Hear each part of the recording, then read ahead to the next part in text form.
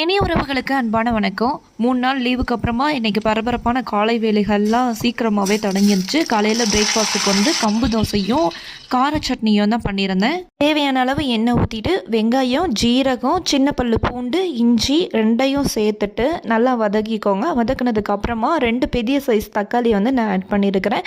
காரத்துக்கு வத்தல், தேவையான அளவு உப்பு, கொஞ்சோண்டு கருவேப்பிலை எல்லாத்தையும் சேர்த்து வதக்கி நம்ம மிக்சியில் டூர் பண்ணி எடுத்தோம் அப்படின்னா நம்மளோட தக்காளி கார சட்னி ரெடி.